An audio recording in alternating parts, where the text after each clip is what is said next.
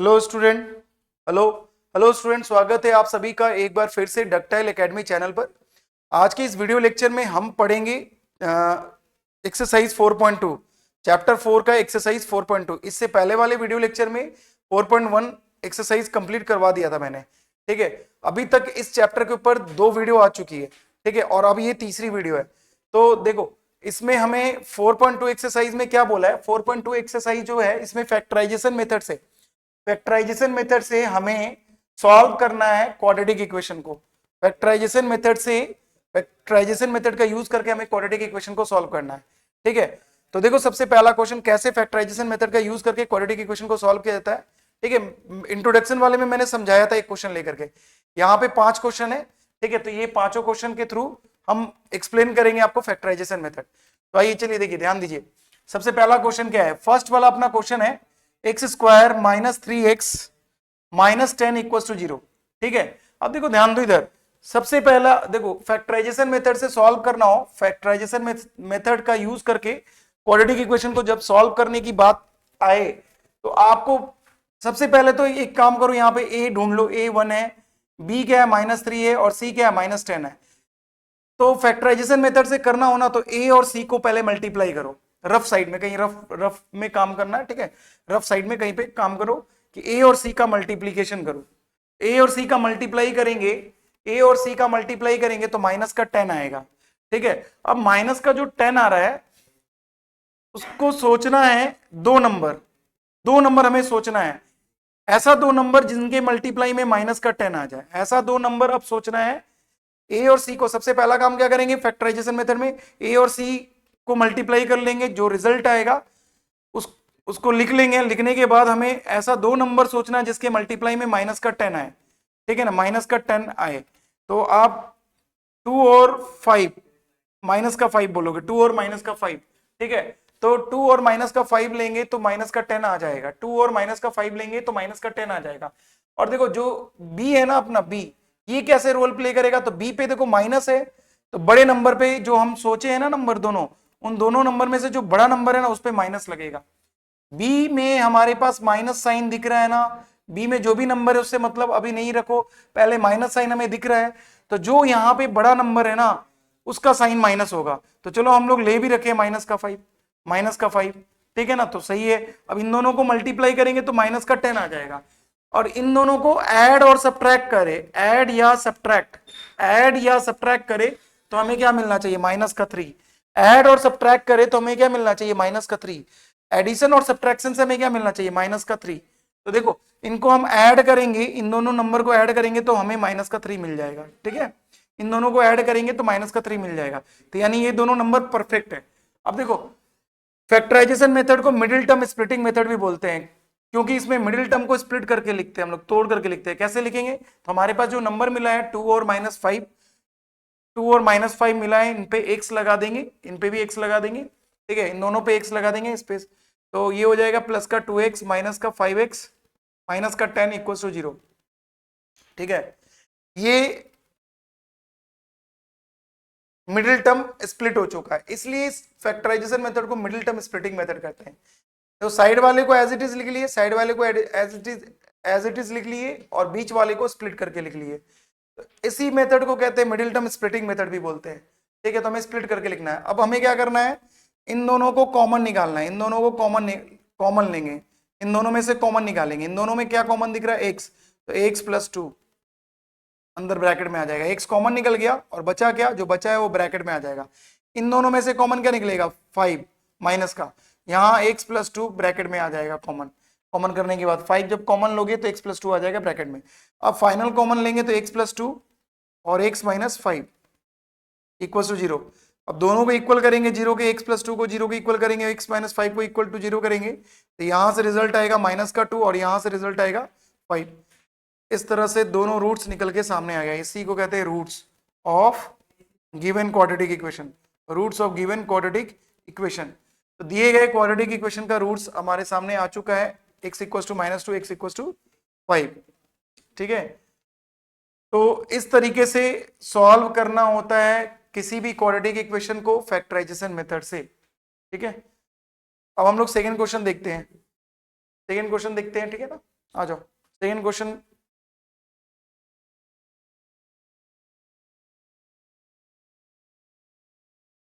देखो सेकेंड वाले क्वेश्चन में, सेकेंड वाला जो क्वेश्चन है, सेकेंड वाला क्वेश्चन है 2x² plus x minus 6 equal to 0। ये अपना सेकेंड वाला क्वेश्चन है। सेकेंड वाले क्वेश्चन में a क्या है 2a, b क्या है 1 है और c क्या है माइनस का 6। a2 है, b 1 है और c क्या है माइनस का 6। अब ध्यान से देखिए, ध्यान से देखिए, a और c का जब मल्टीप्लाई करोगे तो आपके पास क्या मिलेगा नंबर, a और c का मल्टीप्लाई करने पे हमें मिलेगा माइनस का 12। ठीक है, अब आपको दो ऐसा नंबर सोचना है जिसके मल्टीप्लाई में 12 आ जाए। दो नंबर ऐसा सोचो जिसके मल्टीप्लाई में 12 आ जाए। तो आप बोलोगे 2 और 6, आप बोलोगे सर 1 और 2, 12 भी बोल सकते हो, 1 और 12, 2 और 6, 3 और 4।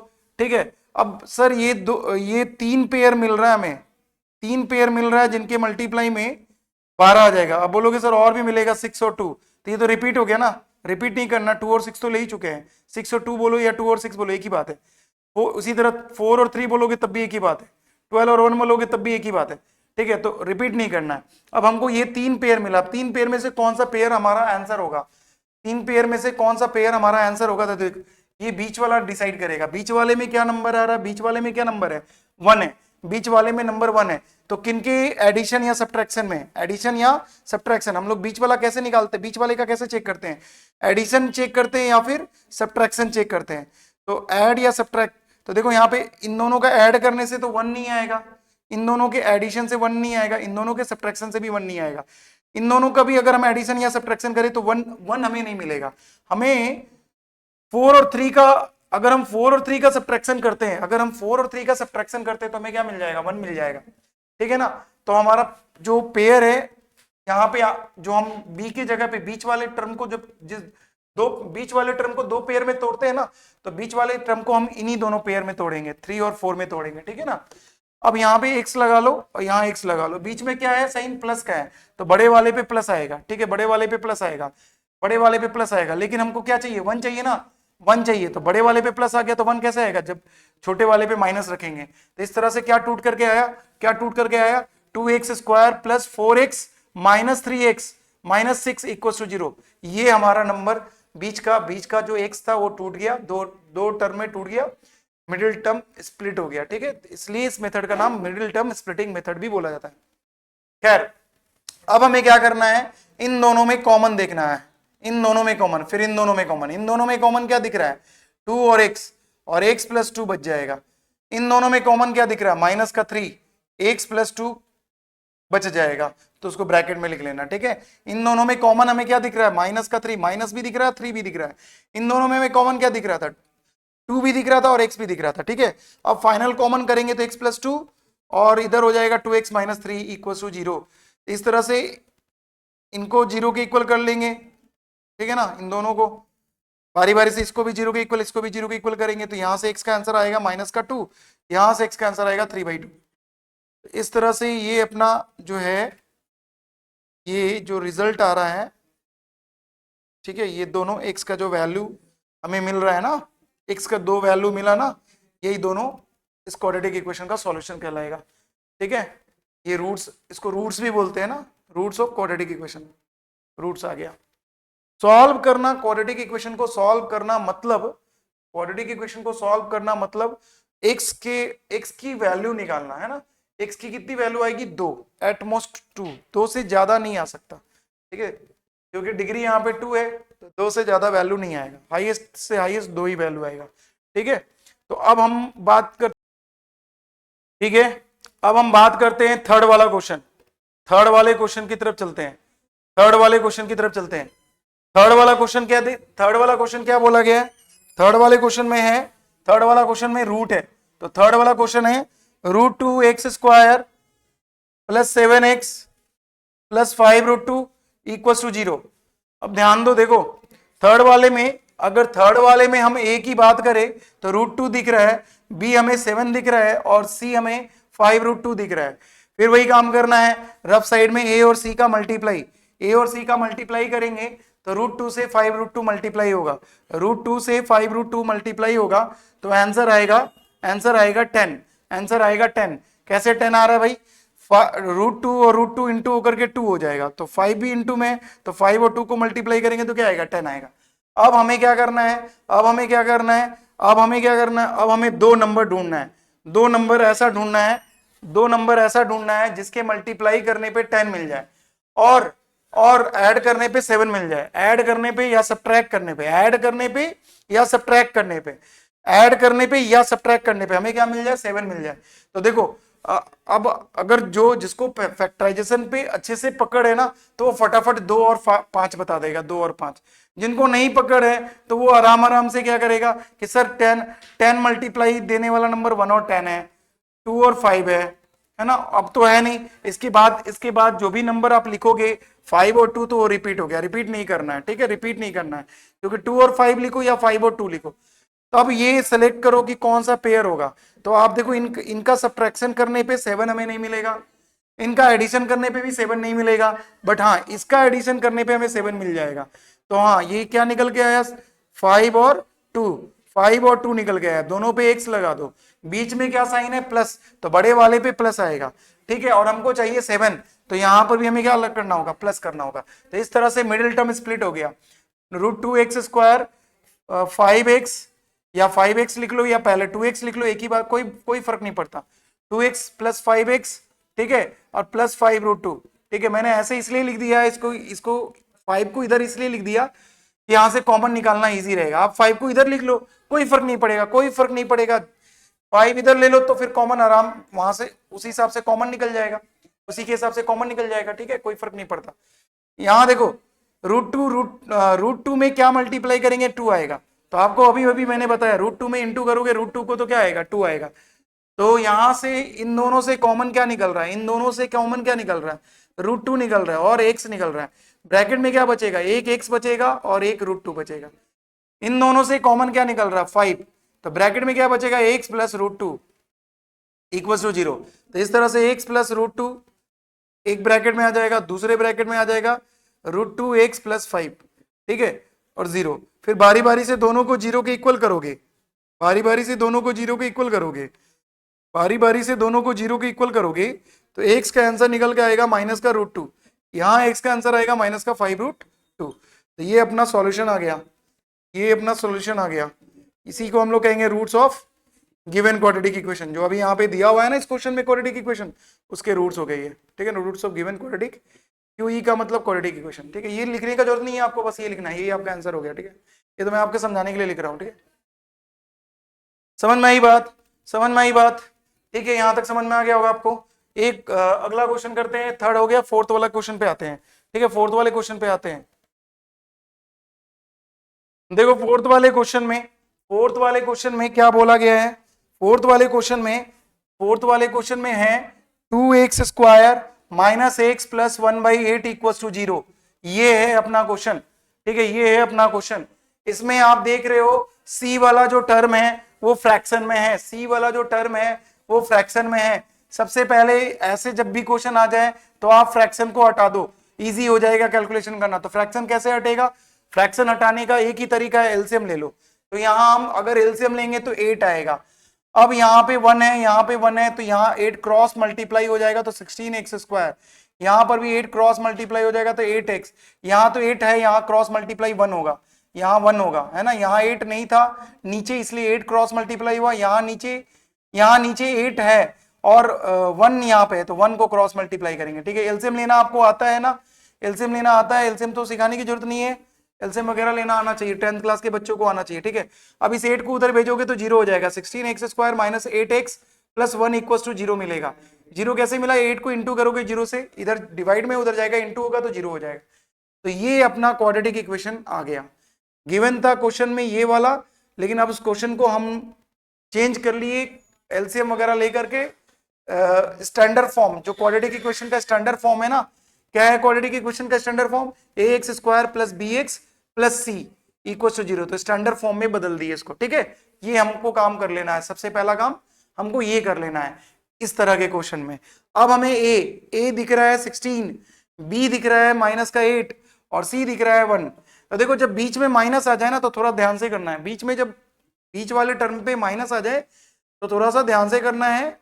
देखो कैसे, क्या ध्यान देना है वहां पे, अब ए और सी का इंटू करोगे तो 16 आएगा, और 16 में दो पार्ट, 16 का दो टुकड़ा करो और ऐसा दो टुकड़ा जिनका मल्टीप्लाई 16 दे, तो आप बोलोगे 1 और 16, आप बोलोगे 2 और 8, आप बोलोगे 4 और 4।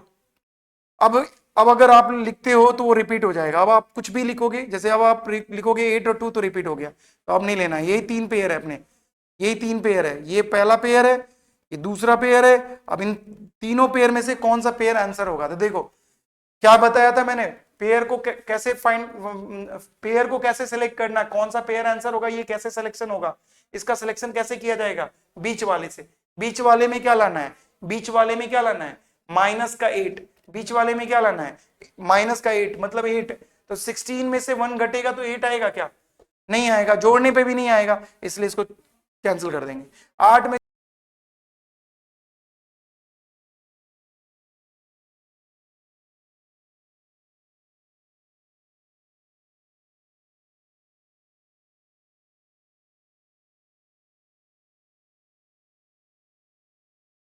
ठीक है।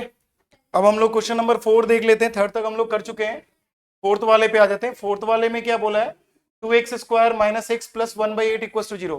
तो देखो यहाँ पे क्या है, c जो अपना है, c वो फ्रैक्शन में है, a का वैल्यू 2 है, b का वैल्यू -1 है और c का वैल्यू 1/8 है। तो यहाँ पे c जो है फ्रैक्शन में है। इस तरह का जब भी क्वाड्रेटिक इक्वेशन आ जाए तो सबसे पहले आपको क्या करना है, फ्रैक्शन को हटाना है। ये जो फ्रैक्शन वाला नंबर है इसको हटाना है। तो फ्रैक्शन को हटाने के लिए हमें एलसीएम लेना होता है। हम पूरे में एलसीएम लेंगे, 8 आएगा, इधर आ जाएगा 16x², ठीक है, इधर 8, यहाँ पे 1 है, यहाँ पे 1 है, तो क्रॉस कर देंगे, 8 2 16x² हो जाएगा, माइनस का 8x हो जाएगा, यहाँ 1 क्रॉस हो जाएगा, = 0। तो जो क्वाड्रेटिक इक्वेशन है 16x² - 8x + 1 = 0, ये नया वाला क्वाड्रेटिक इक्वेशन हो जाएगा। तो जब भी सी, बी या ए कोई भी फ्रैक्शन में दिखे तो सबसे पहले तो आप फ्रैक्शन को हटा दे, ठीक है। फ्रैक्शन को हटाने के बाद, फ्रैक्शन कैसे हटेगा, एलसीएम लेकर के। तो जो हमें नया इक्वेशन मिलेगा उसको अब हमें सॉल्व करना है। तो वहां पे ए क्या है 16, बी क्या है -8 और सी क्या है 1, ठीक है। अब मिडिल टर्म को स्प्लिट करना है। मिडिल टर्म को स्प्लिट करने का तरीका क्या बताया था मैंने, ए और सी को इंटू करना है। तो पहले ए और सी का इंटू करो, तो ए और सी को इंटू करोगे, तो ए और सी का इंटू करोगे तो 16 1 जा 16 हो जाएगा, 16 × 1 तो 16 आएगा। अब 16 को हमें ब्रेक करना है दो पार्ट में, ठीक है। 16 को हमें ब्रेक करना है, दो नंबर ऐसा सोचना है जिनके मल्टीप्लाई करने पे 16 मिले, दो नंबर ऐसा सोचना जिनके मल्टीप्लाई में 16 मिले। तो आप बोलोगे 1 और 16 सर, उसके बाद 2 और 8 और उसके बाद 4 और 4, ठीक है। अब आपको इनमें से पेयर सेलेक्ट करना कि कौन सा पेयर आंसर होगा। फर्स्ट वाले को पहले ऐड या सब्ट्रैक्ट करके देखो कि बीच वाला आ रहा है क्या, बीच में क्या चाहिए -8, तो फर्स्ट को ऐड करें या सब्ट्रैक्ट करें, -8 नहीं आएगा। फर्स्ट वाले पेयर को ऐड करें या सब्ट्रैक्ट करें, -8 नहीं आएगा, तो ये वाला पेयर कैंसिल हो जाएगा। सेम सेकेंड वाले पेयर को चेक करो, ये ऐड और सब्ट्रैक्ट करने पे -8 आ रहा है, इसमें भी नहीं आएगा, तो ये भी कैंसिल हो जाएगा। 4 वाले को ऐड करने पे 8 आ जाएगा, 4 वाले को ऐड करने पे 8 आएगा, लेकिन माइनस का 8 चाहिए, तो बीच में माइनस आ रहा है। तो जो पेयर हमने सेलेक्ट किया है, ये जो माइनस है ना, उनमें जो बड़ा नंबर है उस पे जाएगा। तो 16 का कौन सा पेयर आया, 4 और 4 आया, तो 4 और 4 में दोनों में से कोई बड़ा या छोटा नहीं है, तो ये वाला माइनस फिर किस पे जाएगा, दोनों पे जाएगा, ठीक है। और ये किस में है, एक्स में है, तो दोनों जगह एक्स लगा दो, ठीक है। अब मिडिल टर्म को स्प्लिट करके लिख दो, तो 16x² - 4x - 4x + 1 = 0, ये अपना मिडिल टर्म स्प्लिट हो गया, ठीक है। तो पहला स्टेप तो हमें यही करना होता है, मिडिल टर्म को स्प्लिट करना होता है। मिडिल टर्म को स्प्लिट करने के लिए ये सारे तरीके हैं जो मैंने आपको अभी डिस्कस कर दिया, ठीक है। अब देखिए यहाँ पे इन दोनों में कॉमन लेंगे, फिर इन दोनों में कॉमन लेंगे। इन दोनों में कॉमन नंबर क्या दिख रहा है, 4, और क्या दिख रहा है, x, ब्रैकेट में क्या बचेगा यहाँ पे 4x, यहाँ पे क्या बचेगा -1। सेम इधर इन दोनों में कोई कॉमन नहीं दिख रहा है, तो इन दोनों में जब कोई कॉमन नहीं है तो 1 कॉमन आएगा। नंबर जब कोई कॉमन नहीं हो तो 1 लेते हैं हम लोग, ठीक है, और माइनस और प्लस में माइनस कॉमन हो जाएगा क्योंकि प्लस के अंदर 2 माइनस होता है ना, तो माइनस कॉमन हो जाएगा। तो अपना क्या बचेगा दूसरे ब्रैकेट में भी 4x माइनस 1 इक्वल टू 0। देखो ये चेक हम सही कर रहे हैं कि गलत कर रहे हैं, इसका चेक कैसे करेंगे, दोनों ब्रैकेट में सेम वैल्यू आना चाहिए। अगर दोनों ब्रैकेट में सेम वैल्यू आ रहा है तो हमारा फैक्टराइजेशन सही जा रहा है, ठीक है, हमारा गुणनखंड करना सही जा रहा है। हिंदी वाले इसको क्या बोलते हैं, गुणनखंड विधि बोलते हैं। तो अगर दोनों ब्रैकेट में वैल्यू सेम आ रहा है तो यानी हम सही फैक्टराइज कर रहे हैं, मतलब सही गुणनखंड कर रहे हैं, ठीक है।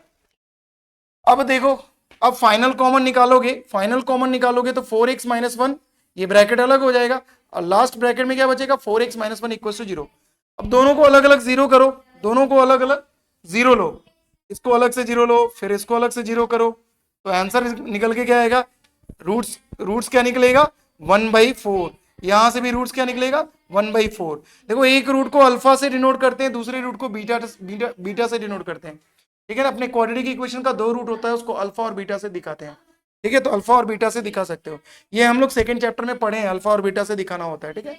वैसे आप यहाँ पे तो इससे कोई लेना देना नहीं है, वहां पे तो हमें सेकंड चैप्टर में ये रिलेशन वेरिफिकेशन करना था, तो वहां अल्फा बीटा लिख रहे थे, यहाँ रिलेशन वेरिफिकेशन नहीं करना है, तो आप डायरेक्ट एक्स लिख करके छोड़ सकते हो।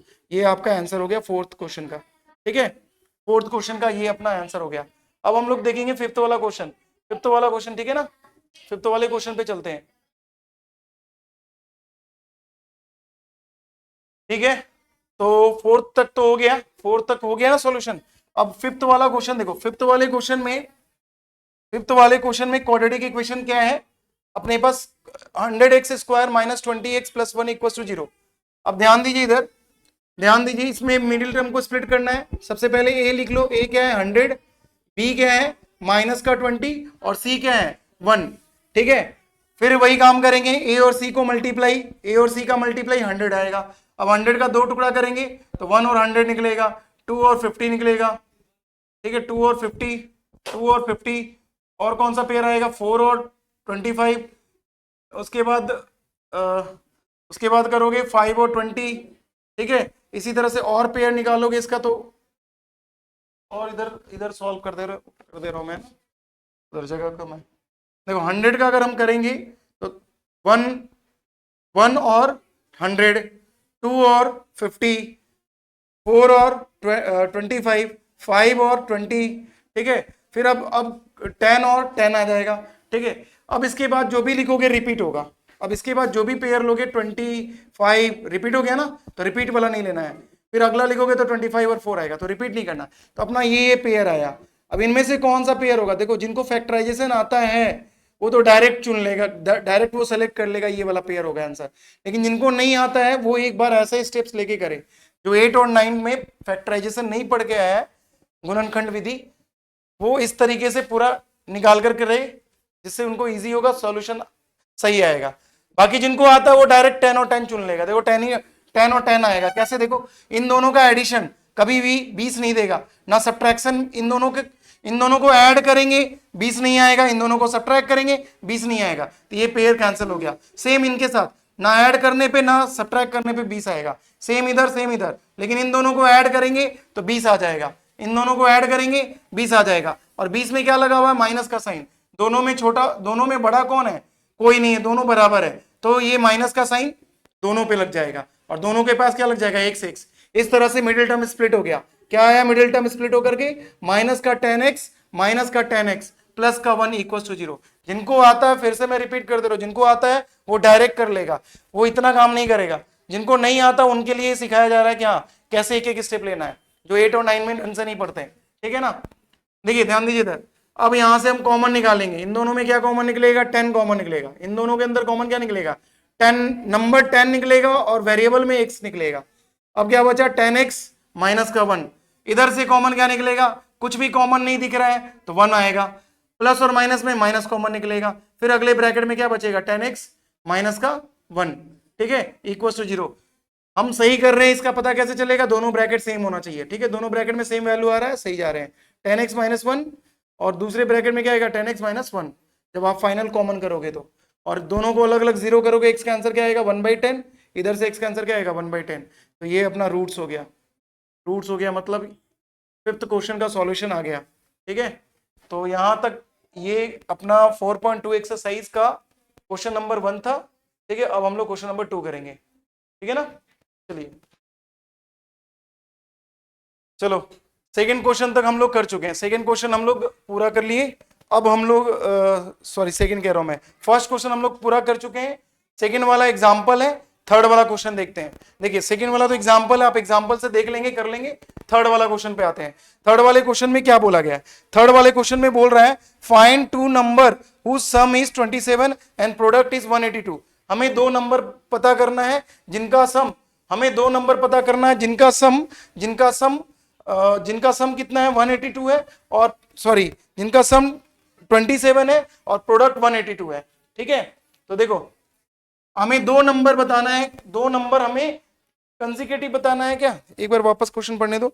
Find two number whose sum, हाँ ठीक है, दो नंबर हमें पता करना है जिनका सम 27 है। दो नंबर हमें पता करना है कंसेक्यूटिव जिनका सम क्या है 27 और प्रोडक्ट कितना है 182। ठीक है ना, तो देखो दो नंबर कौन कौन सा होगा, हम यहाँ पे लेट कर लेंगे। लेट लैंग्वेज में दिया हुआ है क्वेश्चन, पहले हम स्टेटमेंट पढ़ करके क्या करेंगे, इक्वेशन बनाएंगे।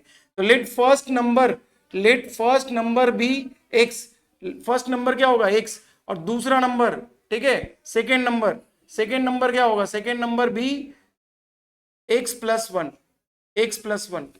ठीक है। हमसे क्या बोला है कि दो नंबर बताओ जिसका सम 27 है और जिसका प्रोडक्ट कितना है, जिसका प्रोडक्ट जो है वो 182 है। और यहाँ पे कंसेक्यूटिव पूछा है, देखो कंसेक्यूटिव वर्ड हट गया है, मिसप्रिंट हो रहा है, कंसेक्यूटिव वर्ड मिसप्रिंट हो रहा है, कंसेक्यूटिव होना चाहिए। ठीक है, तो पहला नंबर अगर कंसेक्यूटिव अगर हम ले रहे पहला नंबर x, तो दूसरा कंसेक्यूटिव के हिसाब से, कंसेक्यूटिव का मतलब होता है लगातार, कंसेक्यूटिव का मतलब क्या होता है लगातार, तो लगातार आने वाला दूसरा नंबर x प्लस 1 होगा। अब इन दोनों को जोड़ते हैं, इन दोनों को ऐड करते हैं, इन दोनों को ऐड करेंगे, है ना, उस सम इज 27, इन दोनों को ऐड करते हैं x प्लस 1, तो वो आएगा 27। ठीक है, इन दोनों को ऐड करेंगे तो वो आएगा 27, तो 2x प्लस 1 इक्वल टू क्या हो जाएगा 27। यार ये एक बार ये गलत हो गया यार। देखो अब अभी हम लोग क्वेश्चन नंबर 1 तक कर चुके हैं, क्वेश्चन नंबर 1 तक कर लिए कंप्लीट। क्वेश्चन नंबर जो 2 है अपना वो एग्जांपल पे बेस्ड है। ठीक है, आपके एग्जांपल में उसका सॉल्यूशन है। अब हम लोग करेंगे क्वेश्चन नंबर थर्ड करेंगे। ठीक है, तो क्वेश्चन नंबर थर्ड में क्वेश्चन क्या बोला गया है, क्वेश्चन में क्या बोला है, एक बार क्वेश्चन पढ़ ले।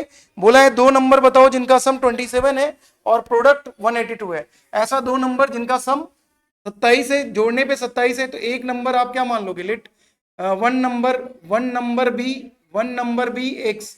ठीक है, एक नंबर को आप एक्स मान लो, अदर नंबर जो दूसरा नंबर है उसको y मान लो। दोनों को ऐड करेंगे तो कितना आ रहा है 27। इसका मतलब y का वैल्यू क्या निकल के आएगा 27 माइनस एक्स, y का वैल्यू क्या निकलेगा 27 माइनस एक्स।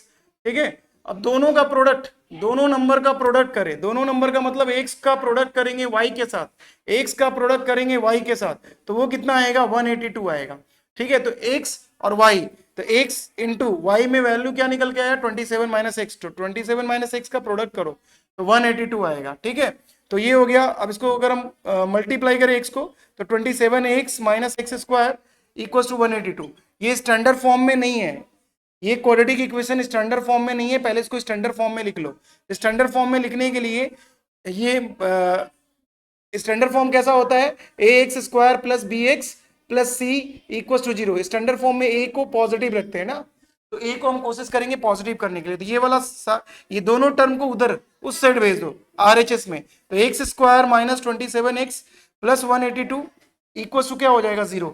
ये अपना स्टैंडर्ड फॉर्म हो गया। ठीक है, अब देखो ये क्वेश्चन हम लोग एक्सरसाइज 4.1 में इस तरह का क्वेश्चन करते थे कि लैंग्वेज दिया हुआ रहेगा, लैंग्वेज हमारे पास होगा। ठीक है, लैंग्वेज को चेंज कर लेना है, लैंग्वेज को हमें किस में बदल लेना है, लैंग्वेज यानी स्टेटमेंट में क्वेश्चन आएगा। स्टेटमेंट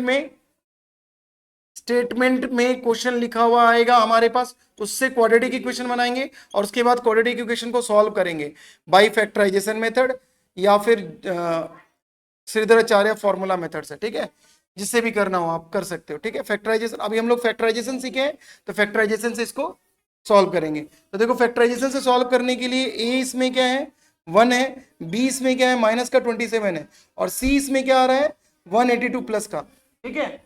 अब आप इसको फैक्टराइजेशन से सॉल्व करोगे तो अब a और c का मल्टीप्लाई करोगे, और a और c का मल्टीप्लाई करने से हमें मिलेगा 182, और 182 को दो नंबर सोचेंगे तो 14 और 13 निकल के आएगा, ठीक है। दो नंबर हम सोचेंगे जिनके प्रोडक्ट में 182 आएगा, तो वो होएगा वो नंबर होगा 14 और 13 होगा। अब इन दोनों को जोड़ करके देख लो, 27 आ रहा है क्या?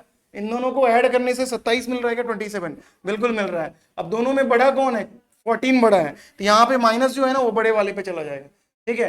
अब दोनों को ऐड करके 27 लाना है ना, तो यहाँ माइनस आएगा, तो ये दोनों ऐड कैसे होगा? जब यहाँ भी माइनस लगाएंगे तो यहाँ भी माइनस रखना होगा। तो इस तरह से ये ब्रेक हो गया, माइनस का 14x और माइनस का 13x। तो मिडिल टर्म कैसे स्प्लिट होगा? एक्स स्क्वायर माइनस का 14x माइनस का 13x प्लस का 182 इक्वल टू 0, ठीक है। तो कॉमन निकालो दोनों में से, x कॉमन हो जाएगा, x माइनस 14, यहां से कॉमन लो तो x माइनस 14 इक्वल टू 0। इस तरह से x का आंसर आएगा 13 और x का आंसर आएगा 14, ठीक है। तो अपना दो मतलब x की वैल्यू 13 और 14 दोनों आएगी, ठीक है। तो अब अपना वन नंबर कौन सा था? वन नंबर का वैल्यू क्या था? x था, तो वन नंबर अपना हो जाएगा 13। और अगर आप 14 लोगे, देखो, तो अगर फर्स्ट नंबर 13 लोगे तो सेकंड जो नंबर था, सेकंड नंबर y था, y कितना था? 27 माइनस x, तो वो 14 आ जाएगा। और अगर फर्स्ट नंबर आप 14 लोगे तो सेकंड नंबर क्या आ जाएगा? 13 आ जाएगा। तो ये अपना आंसर हो गया, ठीक है। इस तरह से दो नंबर आ गया। ये अपना क्वेश्चन थर्ड का सॉल्यूशन हो गया।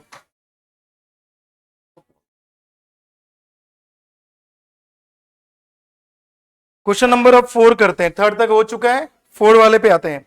4 वाले में क्या बोला गया? दो कंसेक्यूटिव पॉजिटिव इंटीजर हमें बताना है जिनके स्क्वायर का सम 365 है। दो कंसेक्यूटिव पॉजिटिव इंटीजर बताना है जिनके स्क्वायर का सम 365 है, दो कंसेक्यूटिव। तो क्वेश्चन नंबर 4 डाल लो यहां पे, और लेट फर्स्ट इंटीजर दो कंसेक्यूटिव, क्या इंटीजर बोला है, नंबर बोला है? पॉजिटिव इंटीजर, अच्छा। फर्स्ट पॉजिटिव को कैसे लिखेंगे? प्लस v, पॉजिटिव इंटीजर, ठीक है। तो फर्स्ट पॉजिटिव इंटीजर को क्या लेने के लिए बोला गया है? फर्स्ट पॉजिटिव इंटीजर को हम लोग क्या मान लेंगे? x मान लेंगे। सेकेंड पॉजिटिव इंटीजर वो क्या हो जाएगा? x प्लस 1, लगातार है ना, कंसेक्यूटिव बोल रहा है, कंसेक्यूटिव। तो कंसेक्यूटिव का मतलब पहले वाले से एक ज्यादा, कंसेक्यूटिव का मतलब लगातार हो जाएगा, पहले वाले से एक ज्यादा हो जाएगा, ठीक है। अब दोनों के स्क्वायर का सम, फर्स्ट वाले की स्क्वायर फिर सेकंड वाले का स्क्वायर और दोनों का सम करना, तो x square plus x plus 1 का होल स्क्वायर, और वो कितना आ रहा है? 365। वो कितना आ रहा है? 365, ठीक है। अब इस वाले टर्म को, इस वाले टर्म पे होल स्क्वायर लगा हुआ है, तो ये आइडेंटिटी a प्लस बी के होल स्क्वायर वाली आइडेंटिटी पे खुलेगी। तो a प्लस बी का होल स्क्वायर वाली आइडेंटिटी आपको लर्न होगा। a प्लस बी का होल स्क्वायर वाली आइडेंटिटी क्या होती है? a square plus B square plus 2ab, ये होती है ना अपनी a प्लस बी का होल स्क्वायर वाली आइडेंटिटी। तो इस वाले आइडेंटिटी पे इसको खोलना है, ठीक है। तो बताओ, यहाँ पे एक्स स्क्वायर का एक्स स्क्वायर आ जाएगा, और इसको हम इस वाले आइडेंटिटी पे खोलेंगे तो एक्स स्क्वायर प्लस 1 का स्क्वायर प्लस 2ab, तो 2 into x into 1 equal to 365, ठीक है। तो ये हो जाएगा एक्स स्क्वायर और एक्स स्क्वायर मिलकर के बन जाएगा 2x स्क्वायर, ठीक है। और ये हो जाएगा 1 और इधर आ जाएगा 2x इक्वल टू 365। अब यहां से अगर 1 को नंबर के पास भेजते हैं तो 2x स्क्वायर प्लस 2x, और ये 1 उधर गया तो 364 हो जाएगा, ठीक है। 2 को कॉमन निकालेंगे, यहां से 2 को कॉमन लेंगे, एक्स स्क्वायर प्लस एक्स, तो 2 उधर जाके डिवाइड होगा तो 182 आ जाएगा। अब x square plus x minus 182 equals to क्या हो जाएगा? 0। तो ये अपना क्वाड्रेटिक, ये अपनी क्वाड्रेटिक इक्वेशन आ गई। स्टेटमेंट को कैसे क्वाड्रेटिक इक्वेशन में बदलना है, ठीक है ना, ये आप यहां पर सीख गए हो। एक्सरसाइज 4.1 में मैंने बताया था आपको कि कैसे स्टेटमेंट को पढ़ करके क्वाड्रेटिक इक्वेशन बनाना है। वही काम हमें यहाँ पे सबसे पहले करना है, स्टेटमेंट से क्वाड्रेटिक इक्वेशन। क्या करना है? स्टेटमेंट से हमें क्वाड्रेटिक इक्वेशन पे जाना है, और उसके बाद क्वाड्रेटिक इक्वेशन को सॉल्व करना है। सॉल्व करने का दो मेथड है, एक तो है फैक्टराइजेशन और एक है श्रीधर आचार्य श्रीधर आचार्य, ठीक है, श्रीधर आचार्य मेथड। तो देखो हम लोग फैक्टराइजेशन से कर रहे हैं, इससे नहीं कर रहे हैं, इससे हम लोग अगली एक्सरसाइज को करेंगे, ठीक है। आप चाहो तो इस वाले मेथड से भी कर सकते हो। चलो इस वाले क्वेश्चन में मैं दोनों से करके आपको बताऊंगा, फैक्टराइजेशन से भी और श्रीधर आचार्य से भी। तो देखो अब हमारे पास क्या आ चुका है, अब हमारे पास क्वाड्रेटिक इक्वेशन मिल गई, आ चुकी है। अब हमारे पास क्वाड्रेटिक इक्वेशन आ चुकी है, तो ए यहाँ पे 1 है, बी यहाँ पे 1 है, और सी क्या है, सी है माइनस का 182, सी है माइनस का 182। तो फैक्टराइजेशन से करेंगे, फैक्टराइजेशन से हम करेंगे, फैक्टराइजेशन से तो हमें क्या करना है, ए और सी का मल्टीप्लाई, बताया ना मैंने आपको, ए और सी का मल्टीप्लाई करोगे, ए और सी का मल्टीप्लाई करोगे तो माइनस का 182 आएगा। ऐसा दो नंबर सोचो जिसके मल्टीप्लाई करने से 182 मिल जाए, दो नंबर जिनके मल्टीप्लाई करने से 182 मिल जाए। तो 14 और 13, ठीक है, 14 और 13 को आप मल्टीप्लाई करोगे तो 182 आएगा, ठीक है। और इनको आप बीच वाला देखो, इन क्या लाना है, 1 लाना है, बीच में क्या लाना है, 1 लाना है। तो इन चेक करो कि क्या इन दोनों के सब्ट्रैक्शन या एडिशन से बीच वाला नंबर आ रहा है क्या, बीच वाली वैल्यू आ रही है क्या। तो 14 में से 13 घटाएंगे तो बीच का जो नंबर है B1 वो आ जाएगा, यानी ये दो नंबर जो है परफेक्ट नंबर है, मतलब इसी में ये 182 ब्रेक होगा, ठीक है। अब देखो बीच में प्लस का साइन है तो बड़े वाले पे प्लस चला जाएगा, बड़े वाले पे प्लस चल जाएगा, लेकिन हमको 1 लाना है तो यहाँ पे माइनस करना होगा, तो छोटे वाले पे माइनस, और यहाँ एक्स और एक्स लगा दोगे। तो इस तरह से मिडिल टर्म स्प्लिट हो गया, x square plus 14x minus 13x और माइनस 182 इक्वल टू 0। अब यहां से अगर आप कॉमन लोगे इन दोनों में कॉमन लोगे तो x कॉमन निकल जाएगा, x प्लस 14 बचेगा। इन दोनों में कॉमन लोगे तो माइनस का 13 निकल जाएगा, x प्लस 14 बचेगा, इक्वल टू 0, ठीक है। अब अब फाइनल कॉमन निकालोगे तो x प्लस 14 मिलेगा आपको एक ब्रैकेट में, दूसरे ब्रैकेट में x माइनस 13 मिलेगा, इक्वल टू 0, ठीक है। इसके बाद दोनों को बारी बारी 0 के इक्वल करोगे तो x का आंसर आएगा माइनस का 14 और x का आंसर आएगा 13, ठीक है। देखो माइनस का 14 नहीं लेंगे, इसलिए नहीं लेंगे क्योंकि हमारा जो इंटीजर है वो कैसा है, पॉजिटिव, तो ये तो नेगेटिव हो गया ना, तो ये वाला वैल्यू नहीं लेंगे हम, ये वाली वैल्यू लेंगे, x इक्वल टू 13 लेंगे, ठीक है। तो फर्स्ट इंटीजर कौन सा होगा, फर्स्ट इंटीजर होगा पॉजिटिव वाला, फर्स्ट इंटीजर पॉजिटिव वाला जो होगा वो 13 होगा, और इस तरह से सेकंड इंटीजर पॉजिटिव वाला क्या आएगा, x प्लस 1 है तो 13 प्लस 1 कर दोगे तो 14 आ जाएगा। तो ये आपका आंसर हो गया, ठीक है। अपना क्या पूछा था, दोनों इंटीजर बताओ, तो दोनों इंटीजर निकाल लिए हम लोग, ये तो हो गया फैक्टराइजेशन मेथड। अब हम लोग, मैंने आपको क्या बोला कि अब हम लोग श्रीधर आचार्य मेथड से भी इस क्वेश्चन को करेंगे एक बार, ठीक है ना। फैक्टराइजेशन मेथड से कर लिए, देखो दोनों में से कोई एक ही मेथड यूज करना है आपको, ठीक है, दोनों में से कोई एक ही मेथड यूज करना है, लेकिन मैं इस वाले क्वेश्चन में आपको ये दूसरा वाला भी समझा दे रहा हूं, ठीक है। तो एग्जाम में कभी अगर ये वाला मेथड आपसे बनाने, ये वाला मेथड से सॉल्व करने, इस वाले मेथड को यूज करने में दिक्कत आए तो आप श्रीधर आचार्य मेथड का यूज करके सॉल्व कर लेना, ठीक है।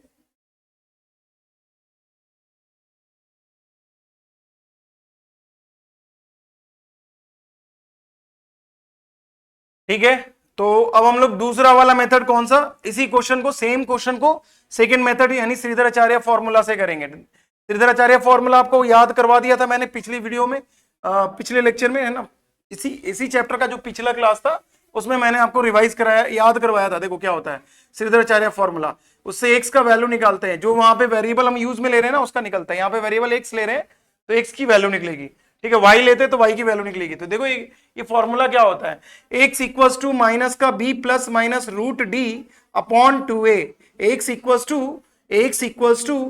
इक्वल टू माइनस का b plus minus root D upon 2a, जहां पे डी का वैल्यू क्या होगा, डी का फॉर्मूला क्या होगा, b square minus 4ac, D का फॉर्मूला क्या आएगा, बी स्क्वायर माइनस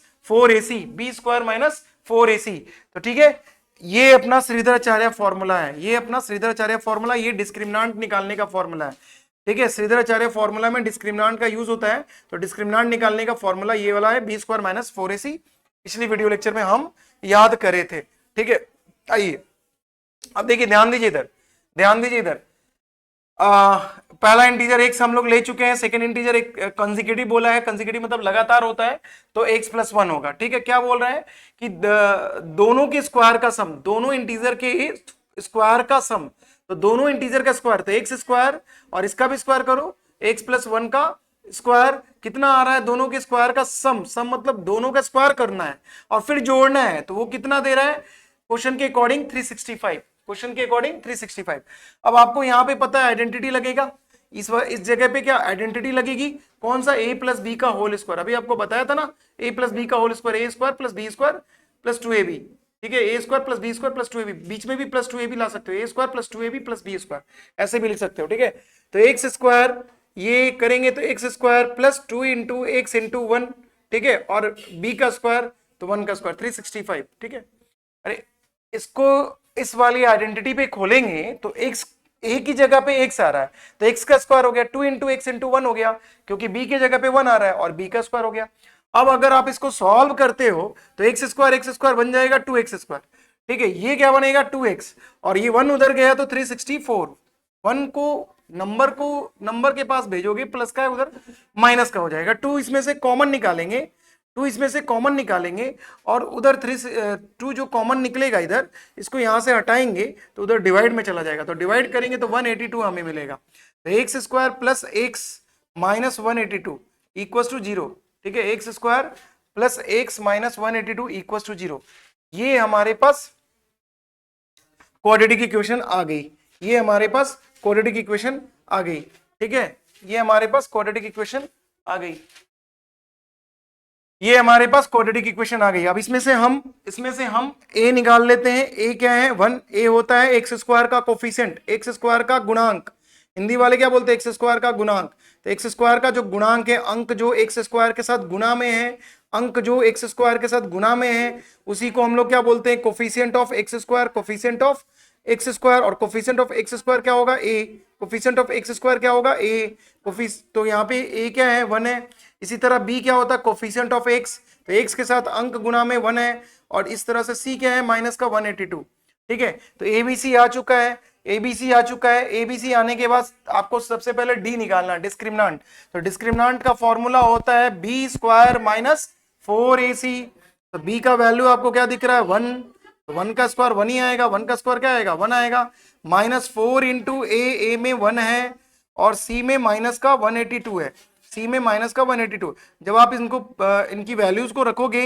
सॉल्व करोगे तो ये पूरा सॉल्व होकर के क्या मिलेगा 1 प्लस 728, ठीक है, इनका मल्टीप्लाई, इस पूरे का मल्टीप्लाई 728 आएगा, जब ऐड करोगे तो 729 होगा, 729 होगा, तो डी क्या निकल के आ गया, डी क्या निकल के आ गया बेटा, डी आ गया 729, डी आ गया 729, डी आ गया 729।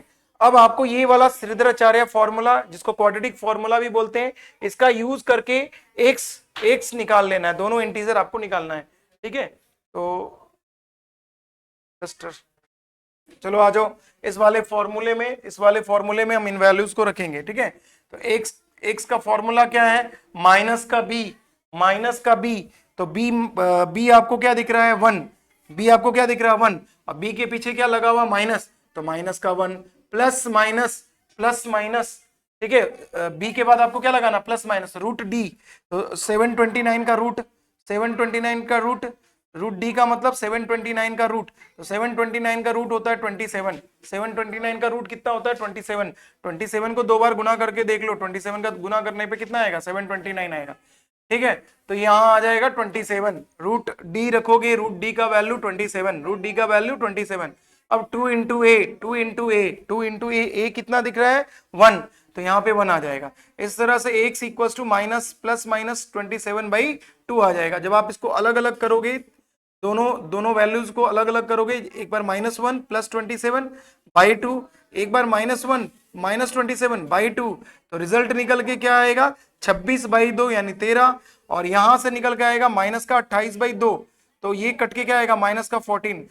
हमें लेना है पॉजिटिव इंटीजर, आंसर हमें क्या कौन सा लेना है पॉजिटिव इंटीजर, पढ़ो यहाँ लिखा हुआ है पॉजिटिव इंटीजर, तो ये वाला नहीं लेंगे, यानी एक सम कौन सा लेंगे 13, यानी फर्स्ट इंटीजर जो होगा उसका फर्स्ट इंटीजर का आंसर होगा 13, और सेकेंड इंटीजर का आंसर क्या होगा 13 प्लस 1, 13 प्लस 1 क्यों, क्योंकि x प्लस 1 है सेकेंड इंटीजर, तो 13 प्लस 1 करोगे तो 14 आएगा। इस तरह से श्रीधराचार्य फॉर्मूला, जिसको हम लोग क्वाड्रेटिक फॉर्मूला भी बोलते हैं, इसका यूज करके आप आंसर निकाल सकते हो इस क्वेश्चन का। दोनों मेथड आपको मैंने यहाँ पे समझा दिया, फैक्टराइजेशन भी और श्रीधराचार्य फॉर्मूला मेथड। ठीक है, अब हम लोग क्वेश्चन नंबर 4 है ना, ये 5 वाले पे चलते हैं, 5 वाले पे चलते हैं, 5th वाले क्वेश्चन पे चलते हैं। ठीक है, 5th वाले क्वेश्चन में क्या बोला गया है, altitude of right triangle. Altitude का मतलब क्या होता है, हाइट। एल्टीट्यूड का मतलब क्या होता है, हाइट। राइट ट्रायंगल में एल्टीट्यूड किसको बोलते हैं, परपेंडिकुलर को, यानी हाइट को। तो altitude of right triangle is 7 centimetre less than base. Altitude जो है राइट एंगल ट्रायंगल का वो 7 सेंटीमीटर कम है उसके बेस से, उसके बेस से 7 सेंटीमीटर कम है। Hypotenuse is 13 centimetre. हाइपोटेनियस कितना है, 13। Find the other two sides. दूसरे साइड्स को, दूसरे साइड्स को निकालना। देखो सबसे पहले यहाँ पे कौन से फिगर के बारे में बात हो रहा है, राइट एंगल ट्रायंगल। तो राइट एंगल ट्रायंगल कुछ इस तरीके से बनेगा। इस वाले परपेंडिकुलर को हम लोग एल्टीट्यूड बोलेंगे, परपेंडिकुलर को हम लोग क्या बोलेंगे, एल्टीट्यूड।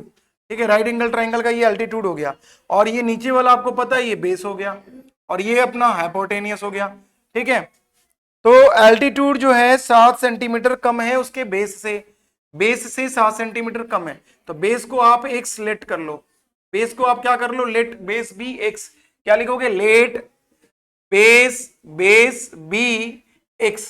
ठीक है, बेस को एक्स ले लेंगे, लेकिन बेस से एल्टीट्यूड कितना कम है, 7 सेंटीमीटर। तो एल्टीट्यूड जो उसका होगा, एल्टीट्यूड जो होगा उसका वो x माइनस 7 होगा, x माइनस 7 होगा, यानी ये x है तो ये x माइनस 7 होगा। ठीक है, और हाइपोटेनियस का वैल्यू कितना दिया हुआ है, हाइपोटेनियस का वैल्यू दिया हुआ है 13। हाइपोटेनियस का वैल्यू दिया हुआ है 13। पाइथागोरस थ्योरम आपको पता है, राइट एंगल ट्रायंगल में पाइथागोरस थ्योरम लगता है। पाइथागोरस थ्योरम सबको पता है क्या, Pythagoras theorem right angle triangle में लगता है।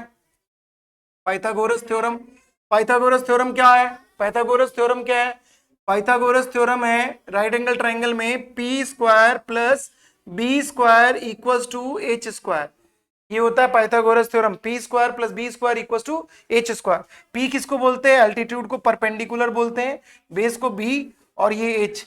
तो P कितना दिख रहा है आपको, P कितना दिख रहा है आपको, x माइनस 7। तो x माइनस 7 का होल स्क्वायर। B बेस हमें कितना दिख रहा है, x, तो x का स्क्वायर।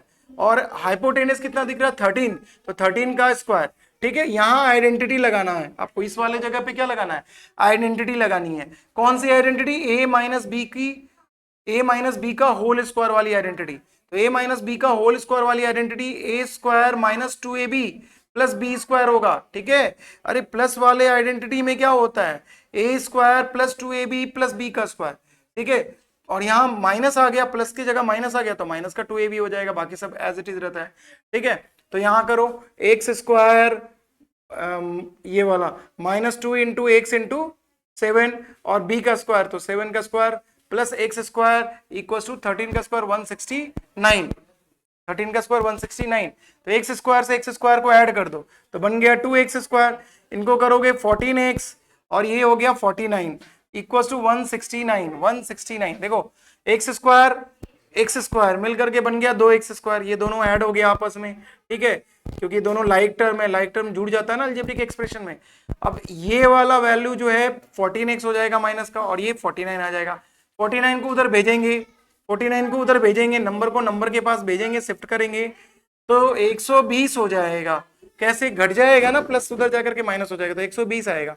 अब दो को इसमें से कॉमन लेंगे तो यहाँ एक्स स्क्वायर बचेगा, यहाँ माइनस का 7x बचेगा, और यहाँ 120।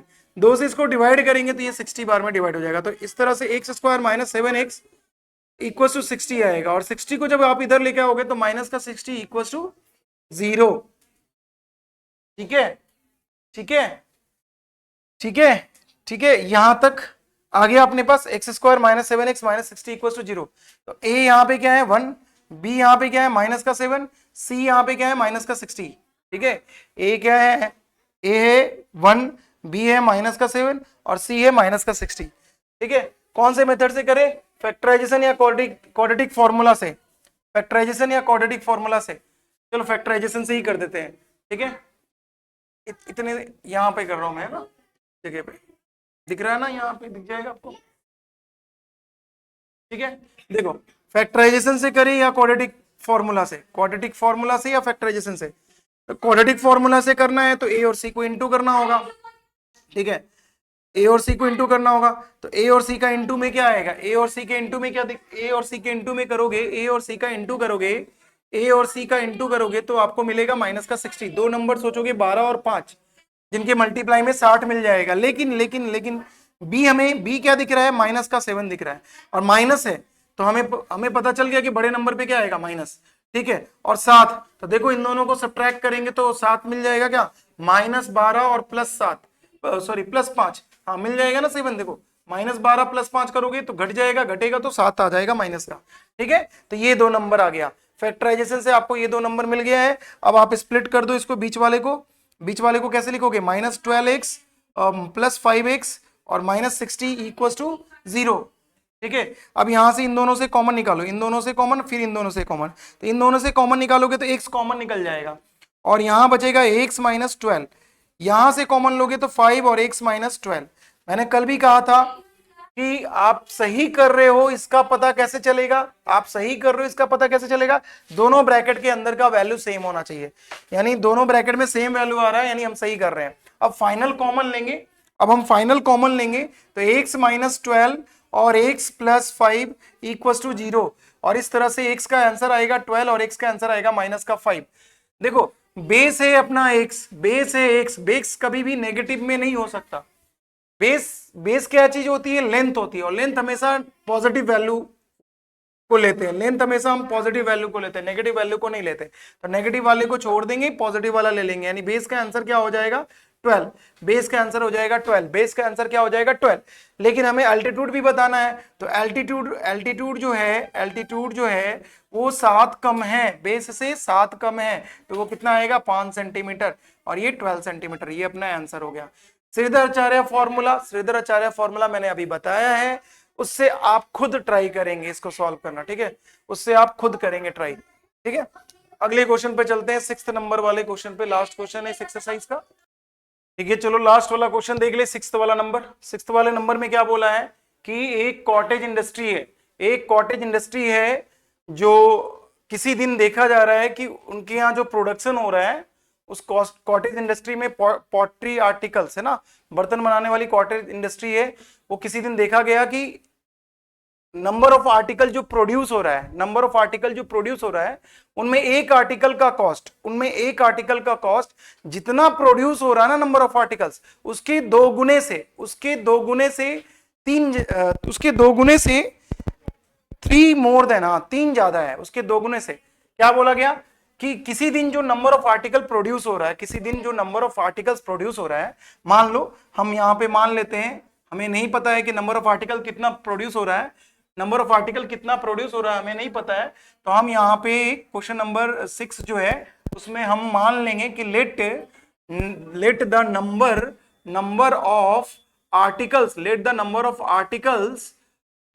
Of articles produced is equal to x, ठीक है, x मान लेते हैं। नंबर ऑफ आर्टिकल जो प्रोड्यूस हो रहा है उसे हम लोग क्या मान ले रहे हैं, x, अच्छा ये छिप जा रहा है ना, थोड़ा इसको और छोटा करके लिख लेते हैं, ठीक है। Articles produced equal to x, ठीक है, x नंबर क्या मान लिए, x मान लिए। तो क्या बोल रहा है कि इतना हम आर्टिकल एक दिन में देख रहे हैं, क्या कि कंपनी जो है वो कॉटेज इंडस्ट्री जो है इतना आर्टिकल बना रही है एक दिन में, इतना आर्टिकल, x आर्टिकल बना रही है, इतना आर्टिकल बना रही है एक दिन में। कॉटेज इंडस्ट्री जो है ना, एक दिन के अंदर x आर्टिकल्स बना रही है, कॉटेज इंडस्ट्री एक दिन के अंदर x आर्टिकल बना रही है। तो कॉस्ट जो है एक आर्टिकल का, cost of each article production cost, produce करने का कॉस्ट है ना, प्रोडक्शन कॉस्ट कहलाएगा। तो प्रोडक्शन कॉस्ट जो है, प्रोडक्शन कॉस्ट एक आर्टिकल का कितना है, तो क्वेश्चन में क्या बोला है, एक आर्टिकल का प्रोडक्शन जो कॉस्ट है, एक आर्टिकल का जो प्रोडक्शन कॉस्ट है वो नंबर ऑफ आर्टिकल जो प्रोड्यूस हो रहा है उसके दो गुने से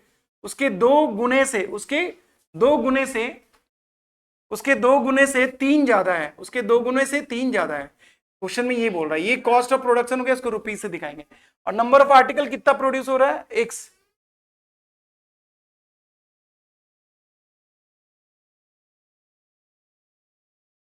ठीक है, प्रोडक्शन कॉस्ट कितना है, 2x प्लस 3 है, प्रोडक्शन कॉस्ट 2x प्लस 3 है, और नंबर ऑफ आर्टिकल जो एक दिन में प्रोड्यूस हो रहा है उसका नंबर कितना है, x है। तो टोटल कॉस्ट ऑफ प्रोडक्शन कितना दिया हुआ है क्वेश्चन में, total cost of production, total cost of production question के अंदर टोटल कॉस्ट ऑफ प्रोडक्शन 90 दिया हुआ है। तो टोटल कॉस्ट ऑफ प्रोडक्शन हम कैसे निकालेंगे, नंबर ऑफ आर्टिकल जो प्रोड्यूस हो रहा है उसको, और एक सिंगल जो कॉस्ट है, सिंगल आर्टिकल बनाने का जो खर्च है उसको इंटू कर दो, यानी x के साथ 2x प्लस 3 को इंटू कर देंगे तो टोटल कॉस्ट ऑफ प्रोडक्शन 90 आ जाएगा। तो ये बनेगा quadratic equation 2x square plus 3x minus 90 equal to 0। ये अपनी क्वाड्रेटिक इक्वेशन बन के आएगी, देख लो ये अपनी क्वाड्रेटिक इक्वेशन बन के आएगी। अब यहाँ पे a क्या है, 2 है, b क्या है, 3 है, और c क्या है, माइनस का 90 है। ठीक है, a क्या है, 2 है, और b क्या है, 3, और c क्या है, माइनस का 90। ठीक है, c क्या है, माइनस का 90, a2 है और b3 है और c क्या है, माइनस का 90।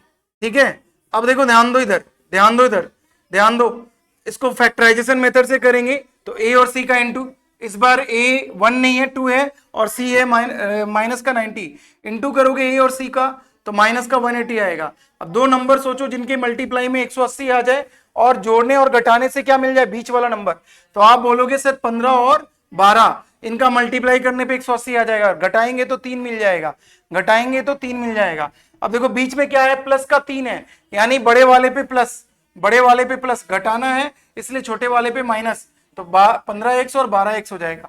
तो ये निकल के आया 2x square plus 15x minus 12x minus 90 equal to 0। अब इनमें कोई कॉमन निकल रहा है क्या, इनमें कोई कॉमन निकल रहा है क्या, नहीं निकल रहा है, इन दोनों में कोई कॉमन नहीं निकल रहा है। ठीक है, इन दोनों में कोई कॉमन नहीं निकल रहा है, तो x निकल रहा है वेरिएबल, उसको निकालेंगे, बाकी बच गया 2x प्लस 15, उसको एज इट इज लिख देंगे। ठीक है, इनमें भी कॉमन निकालेंगे तो इनमें से कॉमन क्या निकलेगा, 6 निकलेगा कॉमन, क्योंकि हमें दूसरा वाला ब्रैकेट सेम रखना है ना, 2x प्लस 15 रखना है।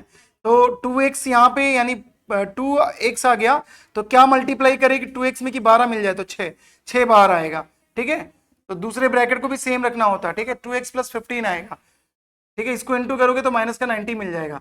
तो फाइनल कॉमन क्या निकला, 2x प्लस 15 और x माइनस 6 इक्वल टू 0। ठीक है, अब दोनों को अलग अलग जीरो करोगे तो एक से आंसर आएगा माइनस का 15/2 और एक से आंसर आएगा 6। ठीक है, कभी भी नंबर काउंटिंग कर रहे हो, आर्टिकल्स काउंट कर रहे हो, नंबर ऑफ आर्टिकल्स कभी भी फ्रैक्शन में नहीं हो सकता है ना। आर्टिकल्स गिनती में जब हम कोई चीज आर्टिकल्स को काउंट करेंगे तो कभी भी फ्रैक्शन में काउंटिंग नहीं होगा, हमेशा होगा तो पूरा काउंटिंग होगा। तो ये फ्रैक्शन वाला आंसर नहीं लेंगे, और ये माइनस में भी आ रहा है, इस वजह से भी काउंटिंग माइनस में भी नहीं जाएगा, फ्रैक्शन में भी नहीं हो सकता, इसलिए माइनस को नहीं लेंगे। हम कौन सा लेंगे, x इक्वल टू 6 लेंगे, x इक्वल टू 6 लेंगे। तो यानी नंबर ऑफ आर्टिकल जो एक दिन में बन रहा है, नंबर ऑफ आर्टिकल्स जो एक दिन के अंदर बन रहा है उसकी संख्या कितनी है, नंबर ऑफ आर्टिकल जो एक दिन के अंदर बन रहा है उसकी संख्या है 6। लेकिन कॉस्ट, एक आर्टिकल के कॉस्ट का प्रोडक्शन कॉस्ट, ठीक है, production cost of each article कितना है, ईच आर्टिकल कितना है, तो क्या बताया गया था, 2 से इसको मल्टीप्लाई करना है, x को 2 से गुना करना है, तो x 6 है तो x को 2 से गुना करोगे तो 12 और प्लस 3 यानी 15 रुपए पड़ेगा। एक आर्टिकल को बनाने का खर्चा आ रहा है 15 रुपया, और टोटल आर्टिकल अपने पास कितना है 6, दोनों को गुना करो तो टोटल कॉस्ट निकल के 90 आ जाएगा। यानी आंसर आ चुका हमारा ये 6 और 15, ये अपना आंसर होगा। ठीक है, श्रीधराचार्य फॉर्मूला से करोगे तब भी आ जाएगा आंसर। श्रीधराचार्य फॉर्मूला में पहले डी निकालना है। ठीक है, श्रीधराचार्य फॉर्मूला में पहले डी निकालना, तो डी क्या होगा, बी स्क्वायर माइनस 4ac, तो बी कितना दिख रहा है 3, तो 3 का स्क्वायर कितना हो गया 9, और माइनस 4 इंटू ए में क्या है 2, और सी में क्या है, सी में क्या दिख रहा है माइनस का 90, सॉल्व करोगे तो 9, और ये कितना आ जाएगा, ये आ जाएगा माइनस प्लस 720। ठीक है, तो 729। ठीक है, डी का आंसर क्या हो गया 729। और फॉर्मूला वो श्रीधराचार्य फॉर्मूला लगाओगे, अब डस्टर कहाँ है, श्रीधराचार्य फॉर्मूला लगाओगे। ठीक है, श्रीधराचार्य फॉर्मूला लगाओगे, यहां से x निकालने के लिए श्रीधराचार्य फॉर्मूला ठीक है, इसके ऊपर थोड़ा और ऊपर से यहाँ से दिख जाएगा ना, यहाँ से करते रहो। श्रीधराचार्य फॉर्मूला लगाओगे तो श्रीधराचार्य फॉर्मूला क्या है, माइनस का b plus minus root D upon 2a, मतलब रूट डी। तो रूट डी का आंसर क्या आएगा 27, वहां पुट करो माइनस का बी, तो बी में कितना दिख रहा है 3, बी में कितना आपको दिख रहा है 3, तो माइनस का बी यानी माइनस का 3 प्लस माइनस रूट डी, तो रूट डी का आंसर कितना आया 27, अरे इसका रूट निकालेंगे तो 27 आएगा। अभी अभी ऐसा क्वेश्चन करें 2 इंटू ए में वैल्यू क्या दिख रही है, ए में वैल्यू दिख रही है 2, यहाँ 2 रख देंगे। इस तरह से x का आंसर है -3 प्लस माइनस 27/4, x का आंसर आएगा। अब इनको सेपरेट करेंगे, दोनों वैल्यू को अलग अलग करेंगे, तो -3 प्लस 27/4 और -3 माइनस 27/4, इससे रिजल्ट निकल के आएगा 27 में से 3 गया 24, 24/4, तो ये 6 दे दिया। और उस उधर वाले से निकलेगा माइनस का 30/4, तो माइनस में और फ्रैक्शन में तो होगा ही नहीं आंसर, आंसर कौन सा होगा x का 6, ठीक है। तो देखो इससे भी 6 आ गया। ये दूसरा मेथड भी मैंने यहाँ पे समझा दिया आपको, श्रीधराचार्य फॉर्मूला 6 आ गया, रख देना नंबर ऑफ आर्टिकल्स, कॉस्ट में रख देना वैल्यू, x की जगह पे ये वाली वैल्यू, तो कॉस्ट निकल के 15 आ जाएगा, ठीक है। तो ये नीचे वाला जो मेथड है वो श्रीधराचार्य मेथड है। आपको किसी एक मेथड से करना है, या तो फैक्टराइजेशन से करना या फिर श्रीधराचार्य से, किसी एक मेथड से करना है। इस तरह से अपनी एक्सरसाइज जो है 4.2 कंप्लीट हो गई। अगले वीडियो लेक्चर में हम लोग करेंगे 4.3 एक्सरसाइज, 4.3 एक्सरसाइज अगली वीडियो लेक्चर में करेंगे, ठीक है। यहाँ तक 4.2 एक्सरसाइज थी, पूरी अपनी हो गई। अब लास्ट एक्सरसाइज बची है 4.3, जिसमें हमें पढ़ना है नेचर ऑफ फ्रूट्स, जिसमें हमें पढ़ना है नेचर ऑफ फ्रूट्स, ठीक है। जिसमें हमें क्या पढ़ना है, nature of fruits, nature of fruits यहाँ दिख जाएगा, नेचर ऑफ फ्रूट्स के बारे में पढ़ना है, नेचर ऑफ फ्रूट्स। एक बार पिछले, अगर जो स्टार्टिंग वाला जो इंट्रोडक्शन वाली वीडियो है ना, वो नहीं अगर आप देखे हो तो एक बार उसको देख लेना। इंट्रोडक्शन वाली वीडियो नहीं देखे हो तो देख लेना। नेचर ऑफ फ्रूट्स मैंने समझा दिया था, डी से निकलता है, डिस्क्रिमिनांट के से निकलता है, डिस्क्रिमिनांट ग्रेटर देन 0, डिस्क्रिमिनांट लेस देन 0 और डिस्क्रिमिनांट इक्वल टू 0। ग्रेटर देन 0 पे नेचर ऑफ फ्रूट्स क्या आएगा, nature of fruits greater than 0 पर रियल एंड डिस्टिंक्ट आता है, रियल और डिफरेंट आता है, डिफरेंट, रियल एंड डिफरेंट, या डिस्टिंक्ट बोलो, डिस्टिंक्ट का मतलब भी अलग अलग होता है। जब डी लेस देन 0 होता है तो रूट्स का नेचर नॉट रियल होता है, वो हम वैल्यू कैलकुलेट नहीं करते। और जब डी इक्वल टू 0 होता है तो रियल एंड इक्वल होता है, रियल एंड इक्वल होता है, ठीक है। तो ये हम लोग अगले वीडियो लेक्चर में करेंगे अगली एक्सरसाइज को, तो उसमें ये नेचर ऑफ फ्रूट्स का यूज होगा, ठीक है।